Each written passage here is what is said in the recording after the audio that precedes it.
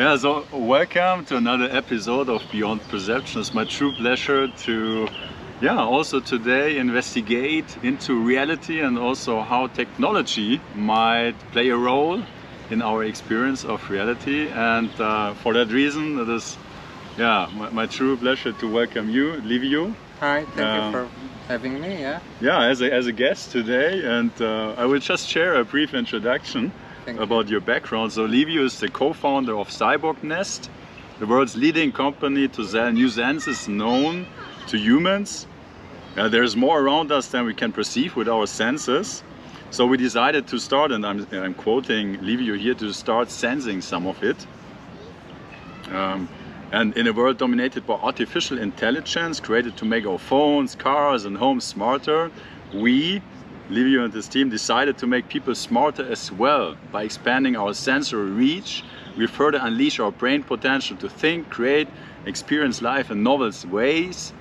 And in his previous role, and that's also very interesting, we go into this a little bit today, hopefully, Liviu was the COO of Videre est Credere, worked undercover and built undercover networks of people who use technology to document human rights violations in places where no one has access to.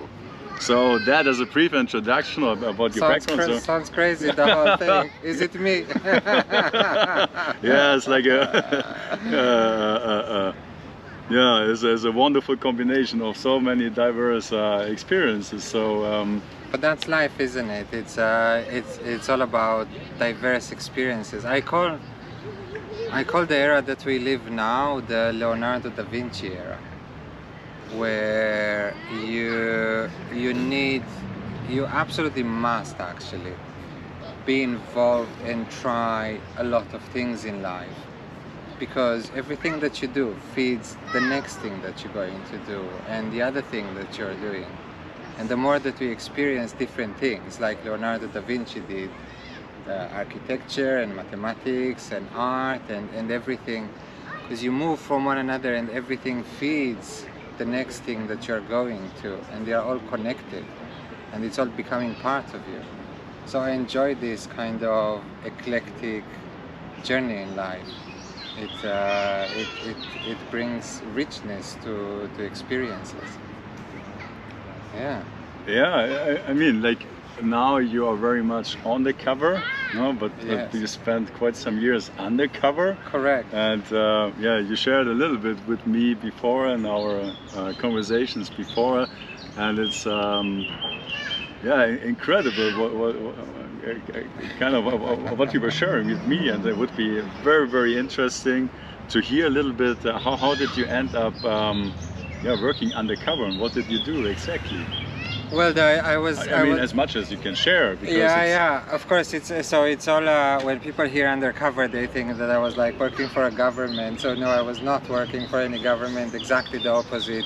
I was privileged in life to bump into Videre Credere, which you guys should check them out. It's a great human rights organization that have a very specific aim. We live in a world where, because of Twitter and Facebook and whatever, we think that we know everything that's happening, right? And we have access to everything that's happening. But this is not really the reality. I mean, there are so many places where people, governments, organizations, whatever, make everything possible that no information will come out of there. So that was our aim, and I was privileged to become part of Videre when it just started, and to help build the whole methodology around it and how to do it in an ethical way and in a way that it will be impactful as well. And so the idea was very simple, to use technology and to create with technology undercover devices that will help locals document stuff in some places that we just have no clue what's happening there. So everybody who watches this podcast have seen materials that we released to the media or to courts or to other places, but you never knew that it's us. It always appears as amateur footage or stuff like that, not to expose because of, again, security reasons for the people that work on the ground. And then the other thing, that when people hear me saying that, they imagine that I was going to all these places and maybe wearing a mask and painting myself and hiding in between the crowds with a hidden camera. But actually, the really important part of that organization is that they go to the local people and they ask them, how do you want reality to be, and how can we help you make that happen? So it's not about, hey Simon, your life sucks and I'm gonna teach you how to have a great life, and you're gonna need to do this and this and this, and that's how we're gonna solve all your problems. Because usually that just creates more problems, right? So I was, myself and the other people that are part of that, some of them maybe are still part of the organization, we were never the people on the ground.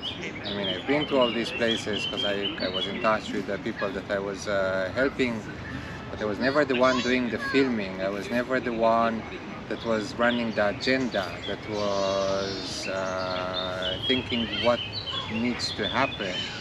It was all coming from the locals, and then our role was to try to understand, okay, this is the reality. Now you want to get to place X, and then how can we help you get to that place? Doesn't matter what that place was. It wasn't our role to decide, right? And I think that is something that makes Videre to be such a great organization, and this is why we vividly managed to create impact in the places that we've been working in, and I'm sure that they are doing it these days as well. Yeah, so it was, it's one of these stories that, you know, I don't think about it every day on my daily life, because today I'm in a completely different place and do different things, but every time I do think about it, and now you know, we are speaking about it, I'm like, holy moly, I actually did that in life, you know? It's, yeah, pretty crazy shit. Yeah, I think you shared it with me in the words of you, and I wrote it down because it was so interesting that you mentioned it.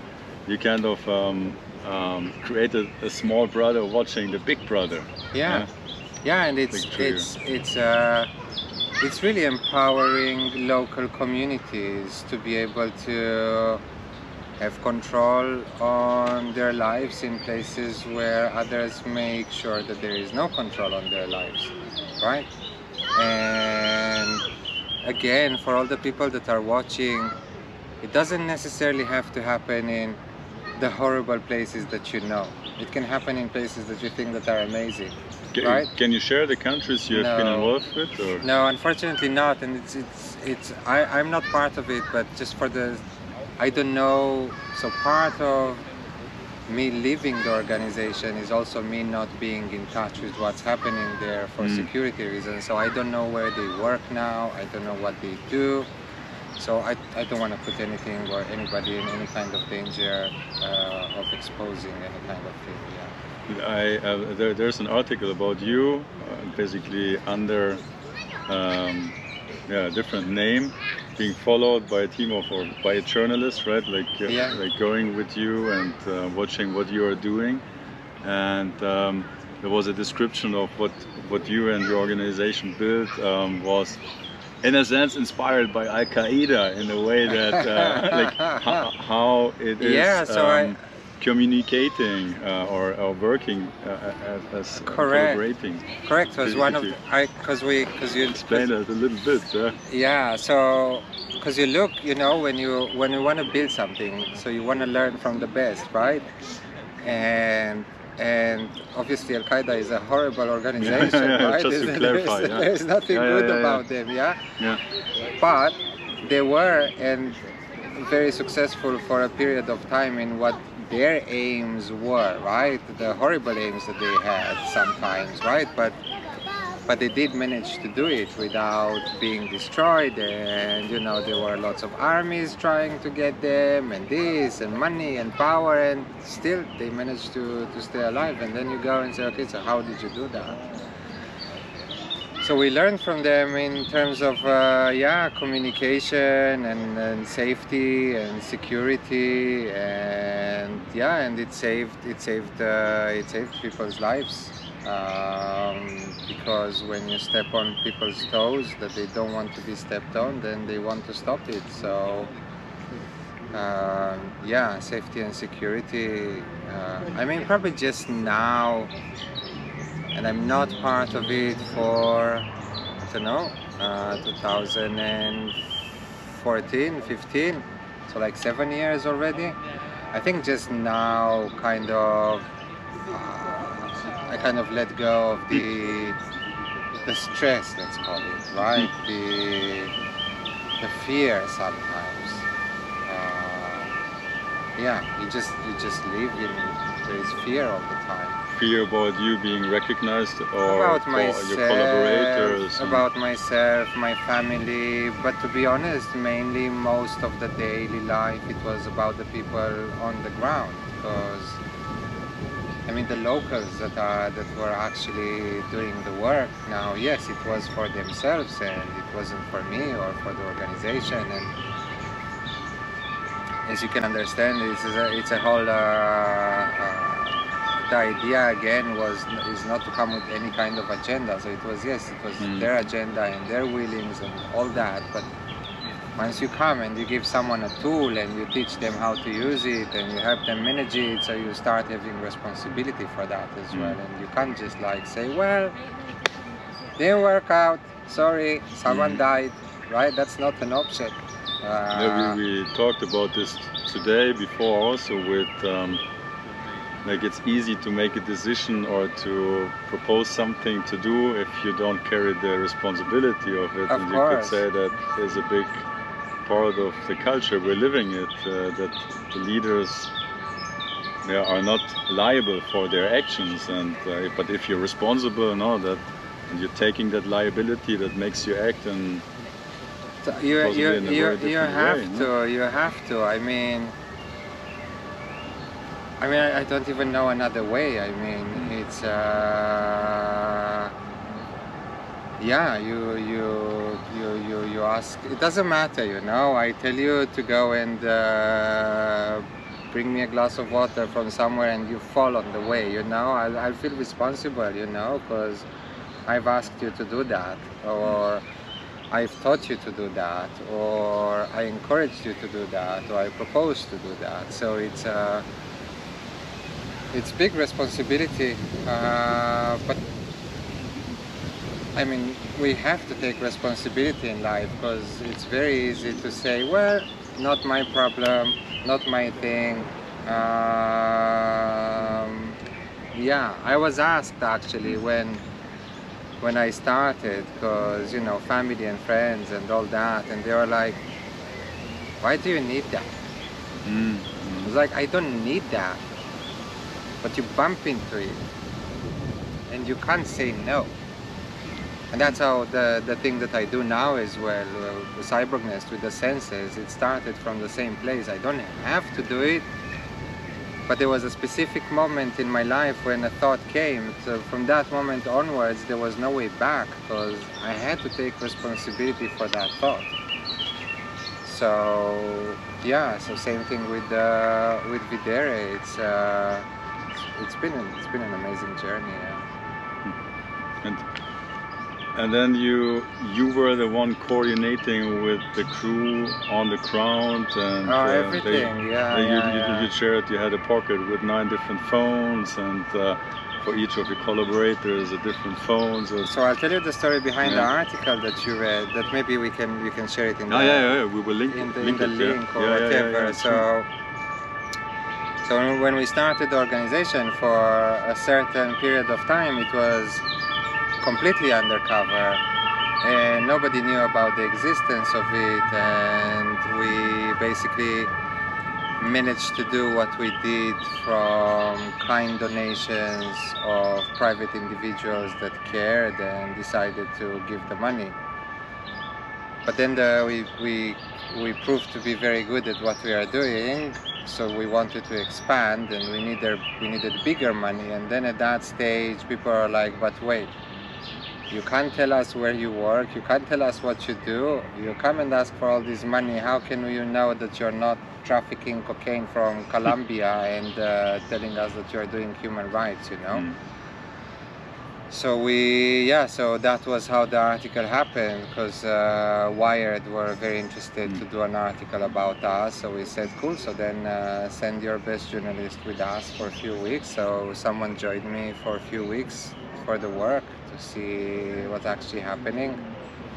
So it wasn't an act of PR, it was an act of creating credibility that we actually do what we say that we do, yeah. And I mean, one thing I'm still curious, you know, from, I mean, I read the article and you shared a bit of your work, so I mean, there were horrible things being reported, right? So I mean, it was possibly looking in the darkest corner of like human experience. I don't know. Like, yeah, it's been very hard. I mean,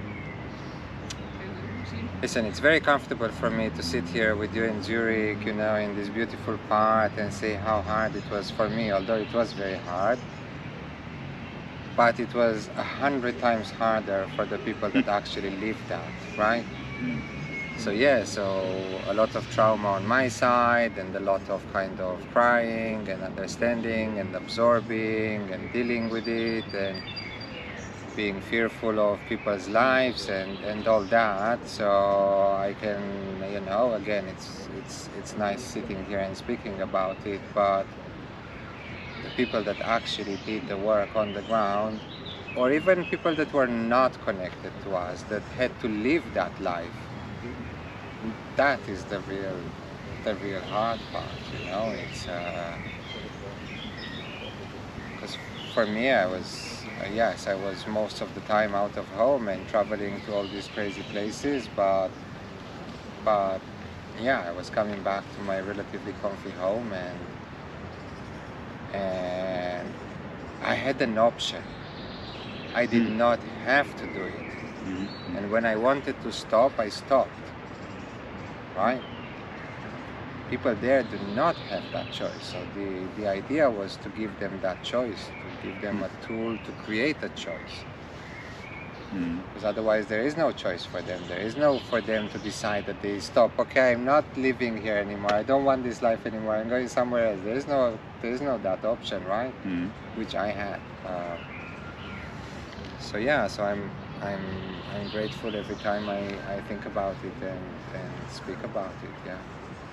And when I just think of, I mean, what probably courage it took, you know, to, I mean, I don't have the details, or I don't know even what countries you're referring to, but like just from the experiences being shared or reported, no, like it must have required immense courage to like be in that situation, but then also kind of do something against it with the risk of, I don't know, like very, very bad consequences. Oh no? Man, listen, sometimes it was really scary. I mean, I went through stuff that was sometimes like really scary, yeah?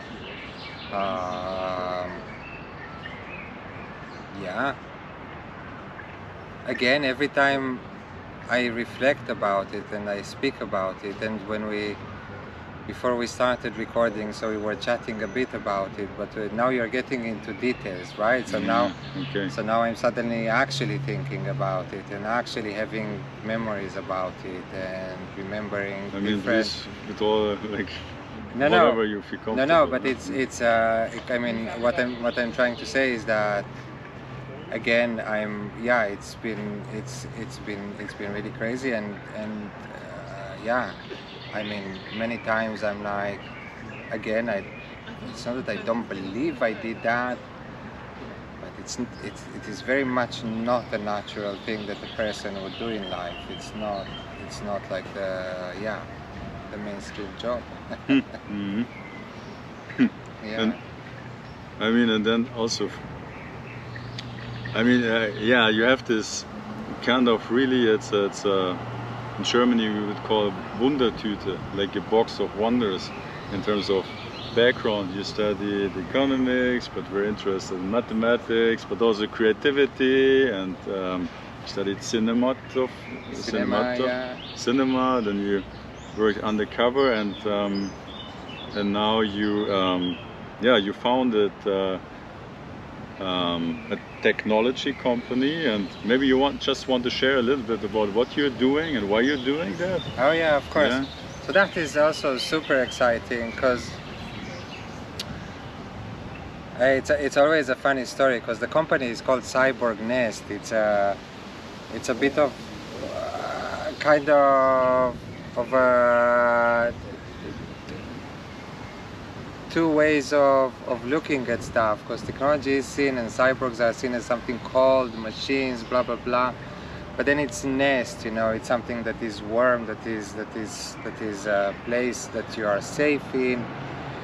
And yeah, I remember one day after I left Videre, I was consulting for this company, helping them grow their sales, you know, normal stuff kind of thing. So I had a normal job, and I was having a lunch break in a park, like kind of where we sit now in London. And then I had again one of these moments of a thought that when it came, I could not take responsibility. And the thought was very simple, that everything that we ever created, thought or felt, started from a sensory input. So we smelled something, we tasted something, we saw something, we heard something, we touched something, and every piece of information that we have in our brain started like that. And then what will happen if we will have more senses? And you look around, and many animals have many more senses than we have, and they can be in the same park where we are now and to sense stuff that we don't. Colors, the magnetic field of the planet, different feelings, different this, different sounds.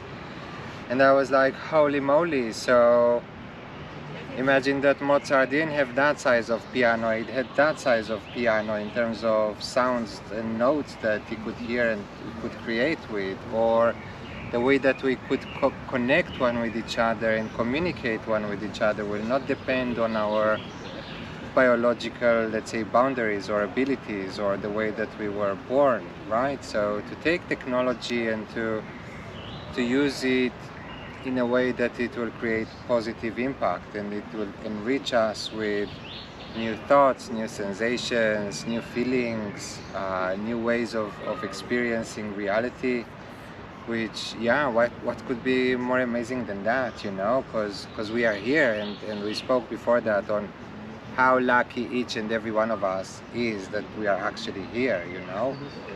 But we are already here, so let's experience it, because it's I'll give you another example. Everybody's like super excited, and from a good reason, maybe, for all the space traveling and all that, discovering what's happening there, which is super fascinating, right? Just the idea of understanding. And I'm not saying not to do that, of course do that. But there is so much that's happening here that we are completely blind to. I have no idea. So our spectrum of light is kind of this compared to what actually exists, you know. There are so many animals that sense the magnetic field and use it for so many things. There are animals that, you know, that can communicate and feel feelings and do stuff in ways that we don't do. And suddenly you're like, wow. So we can possibly experience more. So yeah, I went and did that. Still doing it. Yeah, it's very interesting. So before, my cousin was also there, and he mentioned that, for example, cyborg, yeah, is a possibly a little bit of negatively connotated term, and you had an interesting response to that. Yeah, it's the connection between cyborg and nest, you know. there are so many layers to this question. So first of all, what we call our marriage or relationship with technology. You know, people think that technology exists since IBM invented the computer in the 60s or whatever, you know, and then it became the smartphone, and then whatever, you know, wow, technology. Technology exists, and the reason why as a species we are here is because we adopted technology as a species. So again, a bow and arrow, something to hunt, right?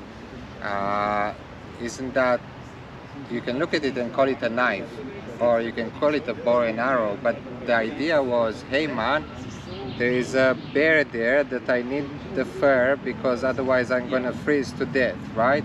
I can't reach the bear, or if I go too close to the bear, it's gonna kill me. So let me create an arm that flies and gets the bear without me having to get to the bear.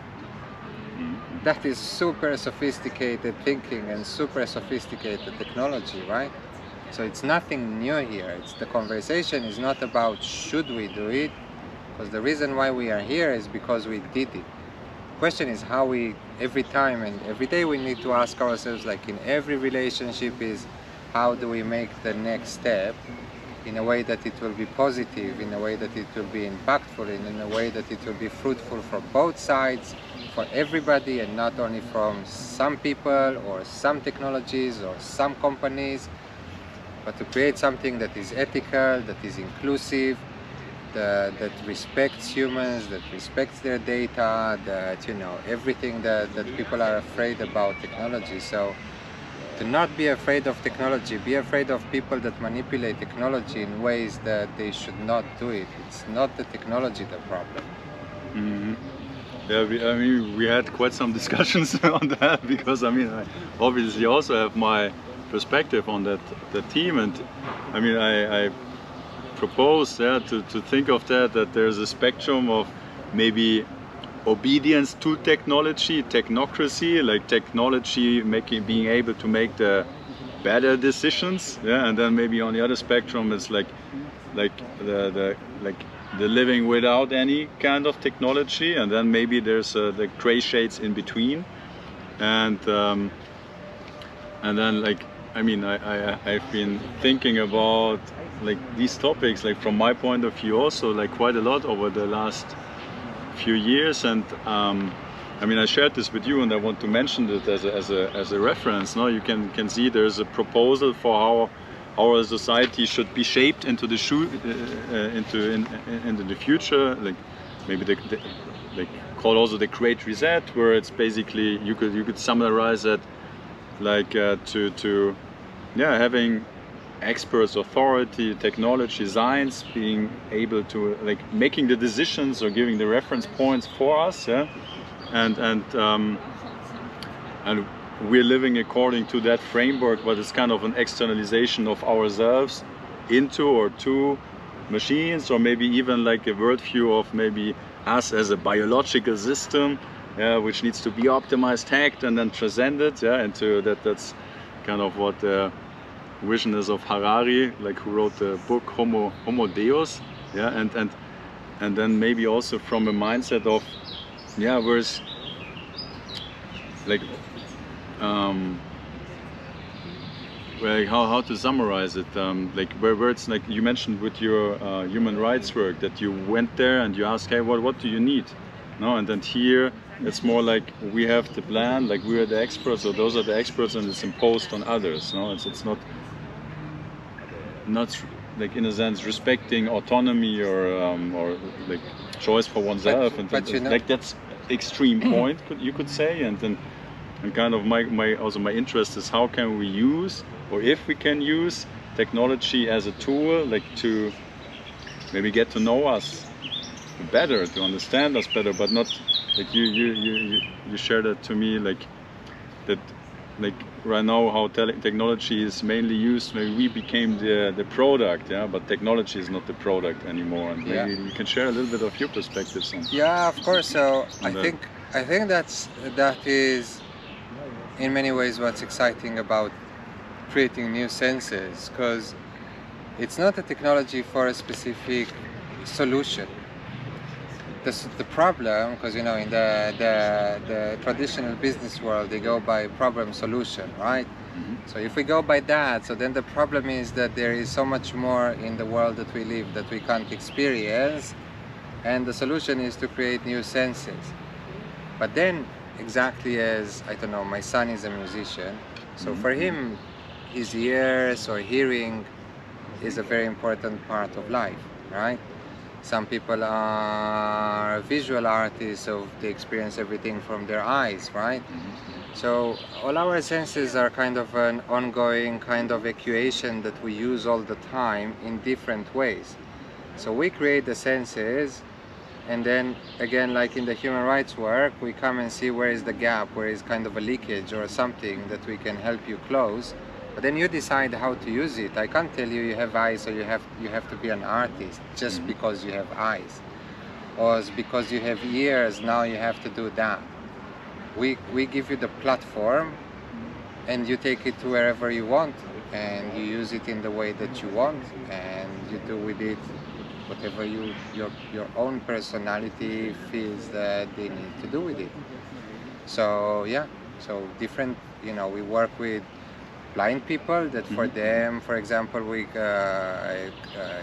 one of the abilities of the device is the ability to help you orientate and to sense the magnetic field of the planet, sense people's heartbeats even if they are on another continent when you face them, so it gives you a whole new perception of orientation. So blind people will use it in a certain way because for them it helps for their own needs.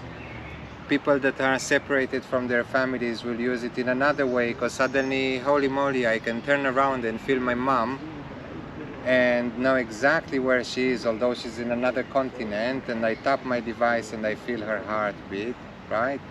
And so we all use our senses in different ways, so that's what we are trying to create. It's not a solution for a specific problem, it's much bigger than that. It's creating new platforms that on top of it, a lot of things will happen, because again, everything that exists in your people's lives, everybody who watches it,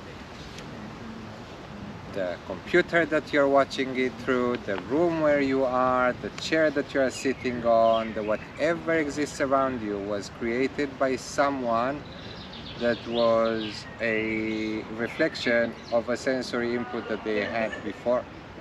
So the more of those we have, the more we will be able to expand, to create, to solve, to enrich our life experience. One of the thoughts right now is there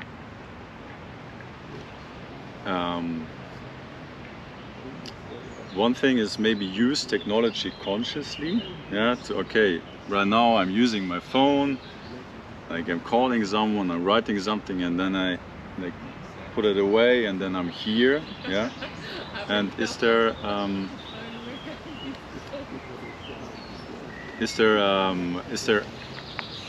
I don't know, like is there a danger to, I don't know, use technology or in a way that you don't differentiate between technology and you anymore, or is it already happening? Yeah, that Well, I think that's already happening, and not way before yourself and myself were born. Again, I mean, the first ever type of human enhancement was clothing, because we lost our fur, and if we didn't get dressed with some other animal's fur, we would have died, right? So we already enhanced ourselves in a way.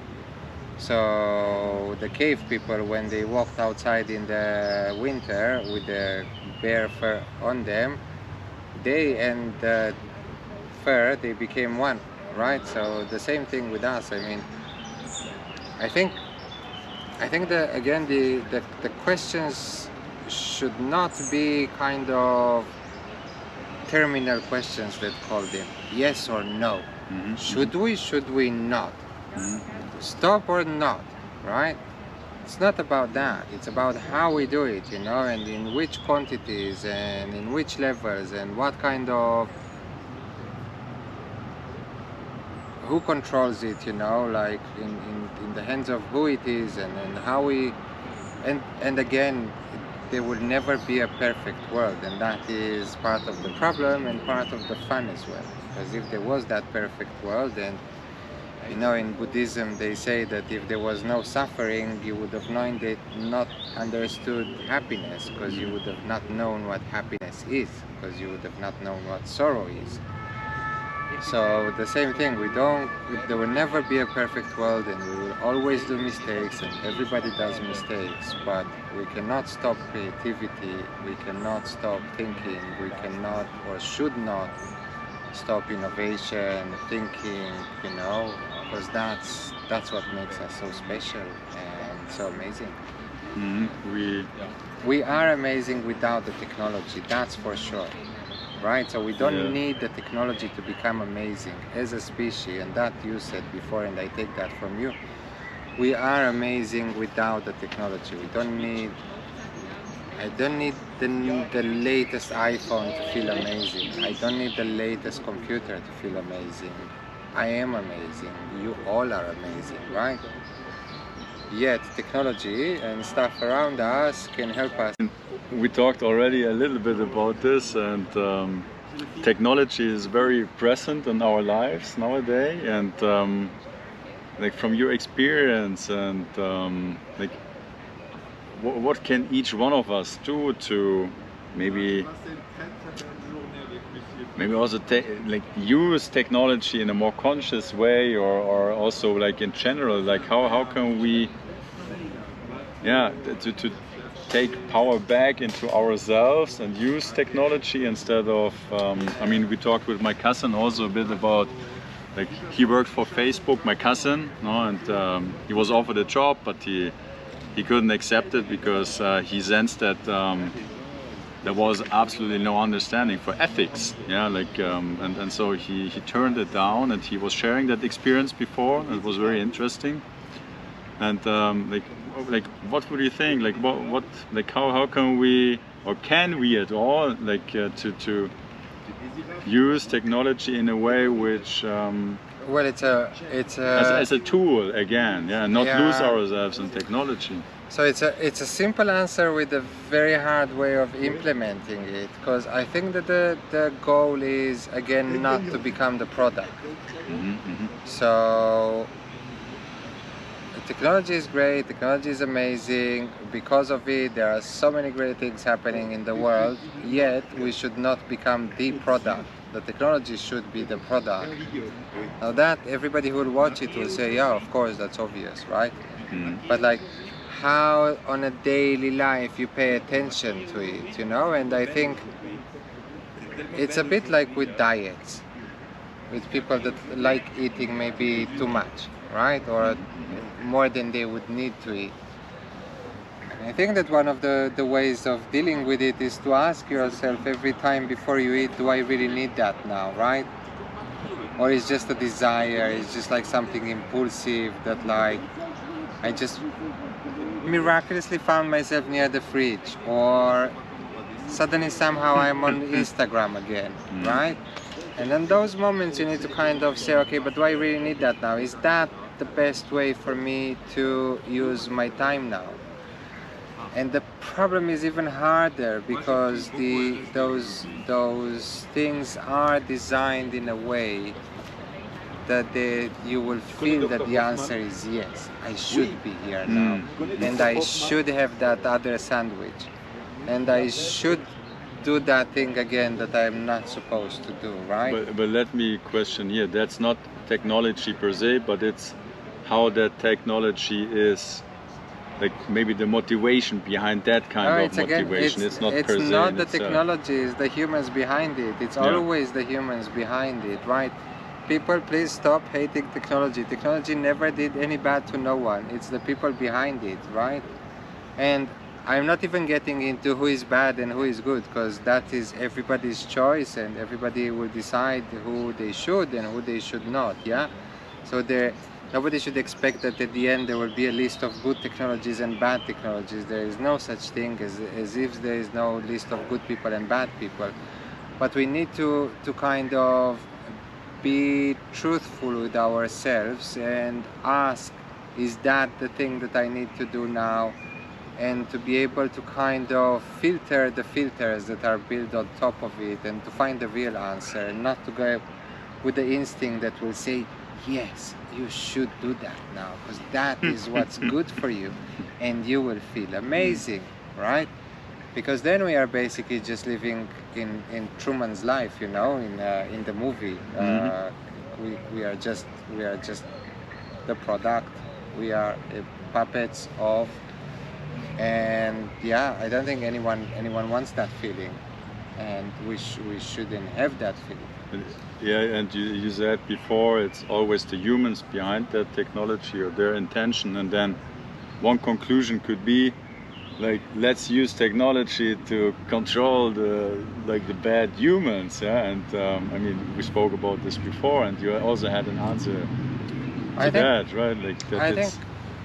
I don't remember exactly what I said then, but I think along the lines of education. Yes, exactly. It's education, and we need to make sure that, you know, it all starts and ends with education and with our freedom of choice, right? So I mean, and I'm a father. I'm a little spider coming. I'm a father these days, and my son is going to school, and I'm always between that place of what kind of reality should I teach him, show him, you know, because I don't want him to be the weirdo dude that is against stuff that's happening and thinks that everything's bad, because not everything is bad. On the other hand, I also don't want to be the dude that is part of the Pink Floyd machine, you know, kind of, and getting there.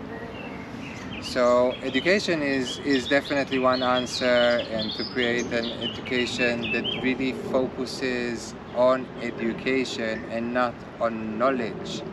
Because people go to school today to gather knowledge. They don't get educated. Right? I think one translation of educare in Latin, is to draw out. No? Yeah, and it's very different than to absorb knowledge. Exactly, no? Like exactly. It's like, like getting stuff and then maybe repeating it. And the other thing is like... It's exactly, it's puking, you know. It's like you come learn, and now come puke in the exam. You got a grade, the test, you are educated. Yeah. You're not educated, maybe you are knowledgeable of some stuff, but you can be one hell of a shit piece of human being, right? With a lot of knowledge, but that doesn't make you an educated person. So I think that, and especially, and again, one of the amazing things that technology brought us, the internet, is access to knowledge, right? So kids don't need to go to school to get taught stuff. They have access to it by themselves. They know how to get to that knowledge, and they will get to that knowledge if we educate them how to get to it, and that create curiosity in them and all that. So that's one aspect, and the other aspect is the freedom of choice. So if we continue feeding platforms and companies and stuff that we are aware that they do not do good for us, but we continue feeding them and being their product, then guys, it's not their problem, it's your problem. Why do you do it? Why do you do it? I mean, if you really want to lose weight, you can't blame, at the end of the day, the food companies, right? If you eat less of their food, then maybe they will, you know, they will also make less money, and they will push the chicken egg problem, no? A bit, yeah. So it's no, like because of you, but it's not. It's you. It's your choices. It's what you do. It's like, I mean, and again, we are not here to judge this company or that company, but we help those companies that today, some of them we don't like, we help them become who they are. They did not force themselves on us, right? So the same choice we had to help them grow, we have other choices as well today, sometimes to say, okay, it was great, thank you, but I'm not interested in that anymore. It's very easy to forget one's capacity of choice, no? And because we are fed with fake dopamine all the time, and we think that we feel good, but it's fake. It's not real, you know. It's a new type of drugs. It's an illusion. It's not really happening. You're not really living this life. You're not really that famous person that you are obsessed on Instagram. You're not really on that yacht that you looked every day in their pictures. You're not any of that. You are you, right? So be with that and work with that. And I'm not saying that Instagram is a bad thing, because it's great. You can see stuff and you can share and whatever, but it's again, and I'm sorry if any of the people that watch have weight problems, but it's exactly like with the food. Food is not a bad thing. It's actually essential for our existence, right? So the dose is the it's poison, the doses that become the problem. Chocolate is not the problem. It's how much chocolate you eat. It's fat is not the problem. It's how much of it you eat. You know, nothing is a problem. Well, not nothing, but yeah, most of the things are not a problem. It's about the amounts. Or everything can be a problem, or no? everything An overdose, can become a problem, of course, yeah. And you shared also a little bit about. I mean, it's very easy to, like, in our daily life, we walk around and we are not really conscious about all the information we're taking in and absorbing, no? And a lot of what we're absorbing or what we're exposed to is kind of filtered out of our conscious awareness, no? Like, and we have these 5 senses, and you could even say a 6th sense, yeah. And you shared a little bit about working with the blind, who obviously have 1 sense less, no? And then it's really interesting to put yourself into their perspective and see or imagine how they would perceive the same, of course, reality or place, experience, yeah, of course, completely different, yeah, completely different. And that also and like that to me is also gives another perspective or another, like, just on this amazing wonder life which we're exposed to every moment, but we are not necessarily conscious of that, yeah, like all the time, yeah, because we have those labels and words and concepts which let us stay with a concept and the reference of our past experiences, what that meant in the past, and then we're like making, like, cataloging it instead of like really being there and with taking off the concepts and like diving into that, like, precious experience, no? Like, oh yeah, it's I mean, we experience life from a very subjective place of ourselves and the way that we experience life. I have no real idea of what you're seeing now. Although I can imagine, because if I turn around, I imagine that you see my face and what's happening behind me, but that is details. But what is your brain doing with those details, you know? And the example that I was giving about the blind people is how fascinating it is. It's exactly like exploring other cultures.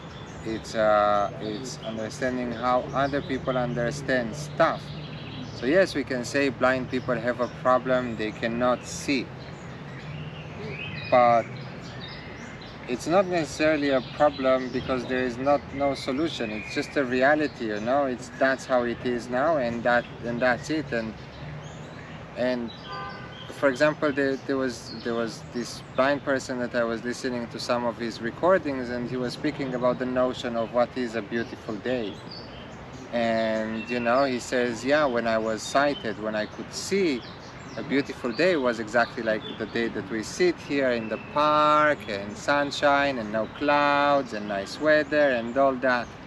And then when he became blind, suddenly this whole perception changed, because, for example, when it was really windy, then sounds from further away reached his ears.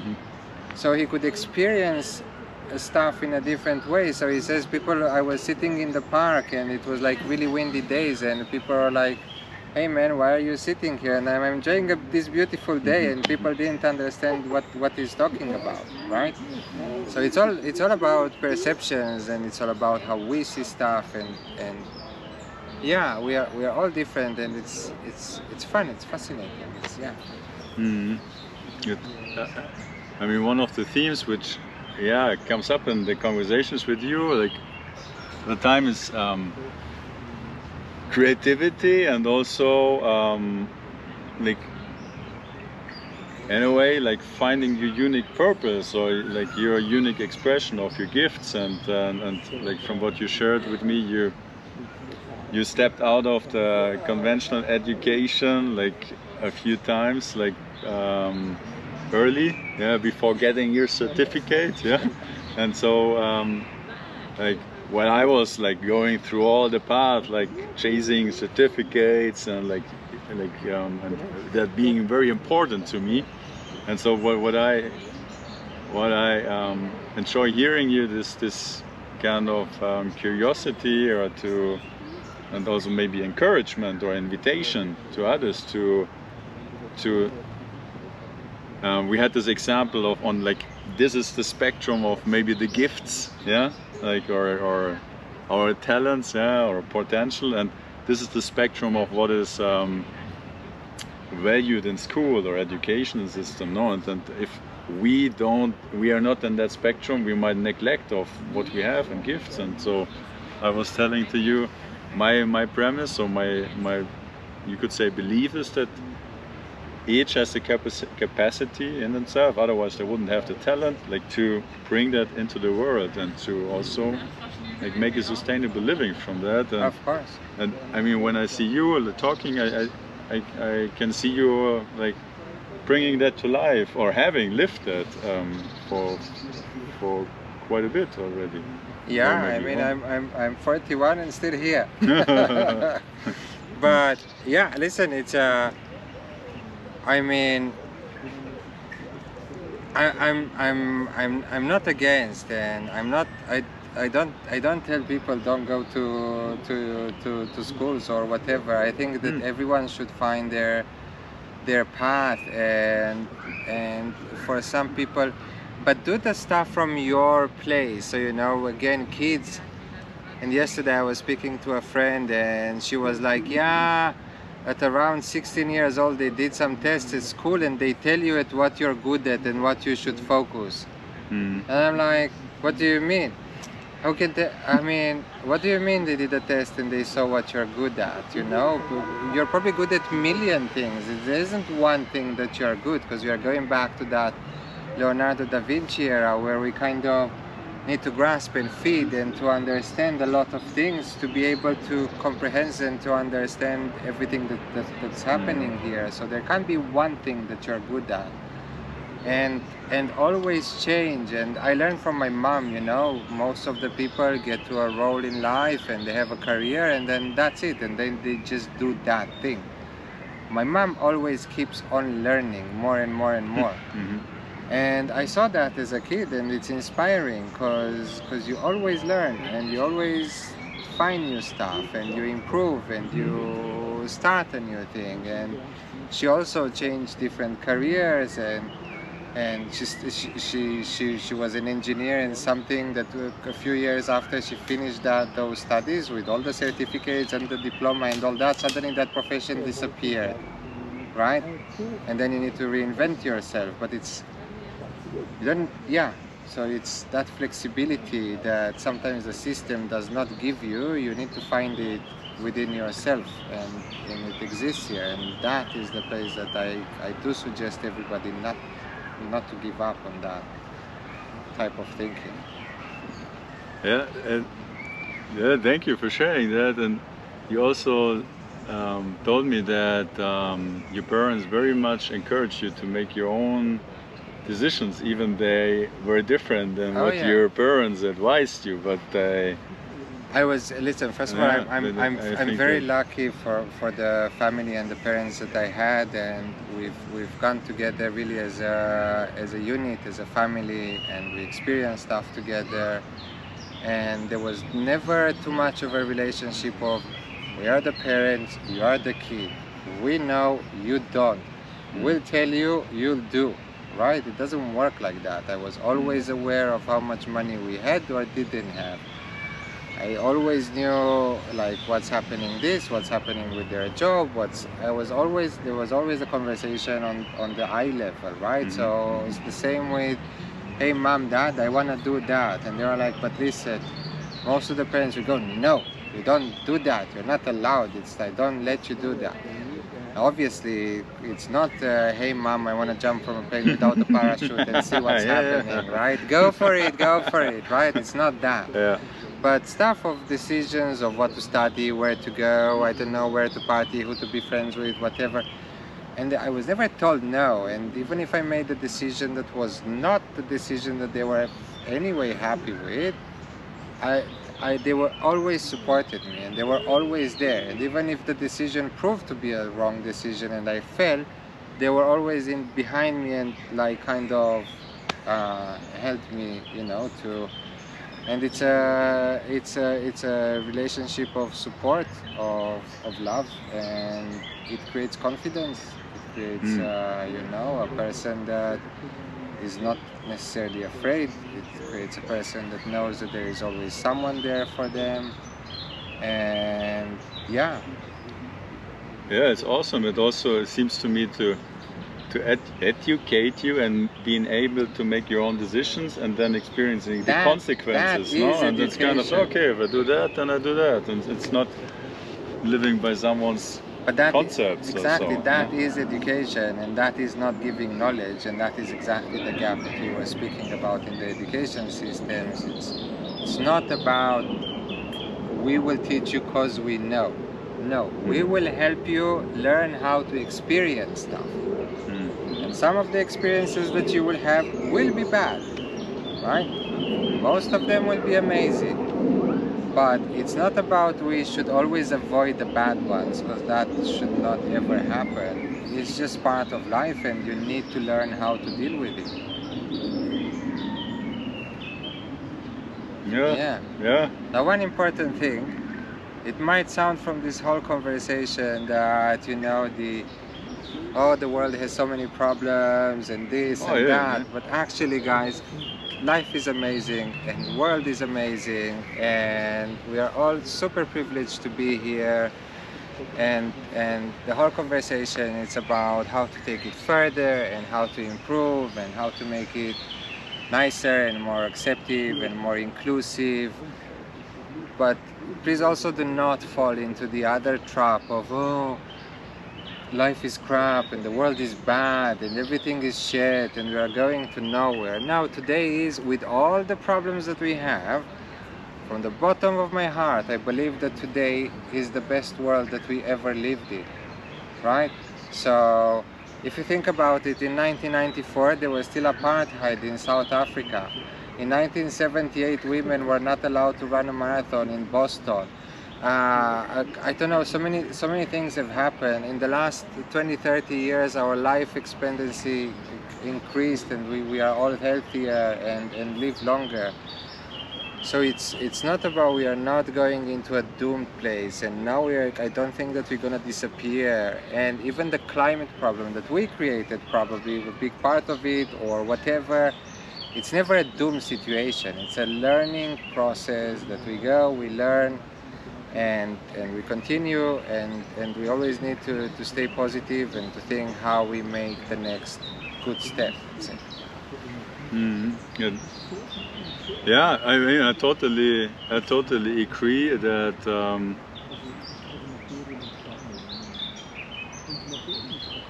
that I mean, it is in our hands. We're wonderful creative beings, and then literally it is in our perception of what we are seeing in the world, also what we are then also bringing into the world, and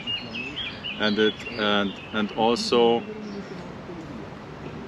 that there you can see black and white being projected, or that there are camps at times, between those are the bad, those are the good, and And what I can encourage very much, as always, to be curious and also be open for other perspectives and Absolutely. Just to, go and try stuff. To break out of one's own perception, to look into other perspectives, and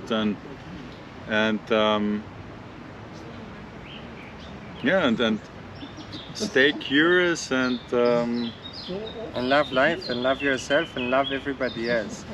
Lots of love to everybody. That's really important. Yeah, it is. Yeah, I mean, yeah, I think this is a wonderful closing for our conversation. Yeah. Yes. Yeah. Thank you so much for having me. It's been a real pleasure. Oh yeah, likewise. Yeah, yes. Thank you for coming by and visiting. Oh yes. Yeah, in Zurich. Yeah, so thank you very much. Yeah. Thank you for having me. Yeah. Is there any last word you wanna no, share? No, just again, just enjoy, just love, just do, create, wake up in the morning with a desire, find what that desire in you is, and go with it. And yeah, it's not the end of anything. Every day it's a beginning of everything. Perfect. Yeah. So thank you very much for watching us, and all the best, and see you next time. Cheers. Bye.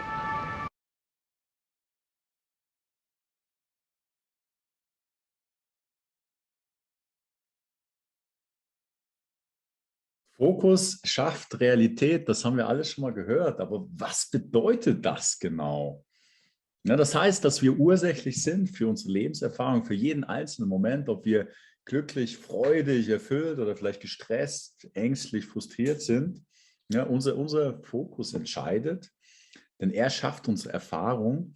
Es hört sich vielleicht simpel an, aber ja, die Frage ist, wie funktioniert das? Ja, worauf sind wir tatsächlich fokussiert und wie können wir unseren Fokus vielleicht ein Stück weit weiter schärfen, um statt auf Angst und Mangel, externe Bedingungen gerichtet zu sein, ganz bewusst den Fokus zu setzen auf das, was wir wahrhaftig sind und lieben, was uns Freude bereitet, um eben genau mehr davon in unser Leben zu bringen und wirklich kreativ und inspiriert zu leben. Ja, und diesen Fragen werden wir uns im Seminar Strukturelle Kreativität widmen und auf den Grund gehen. Wer neugierig ist und sich angesprochen fühlt, der sei hierzu herzlich eingeladen. Ja, mehr Informationen findet ihr über diesen Link. Lasst uns die spannende Entdeckungsreise beginnen. Ich freue mich.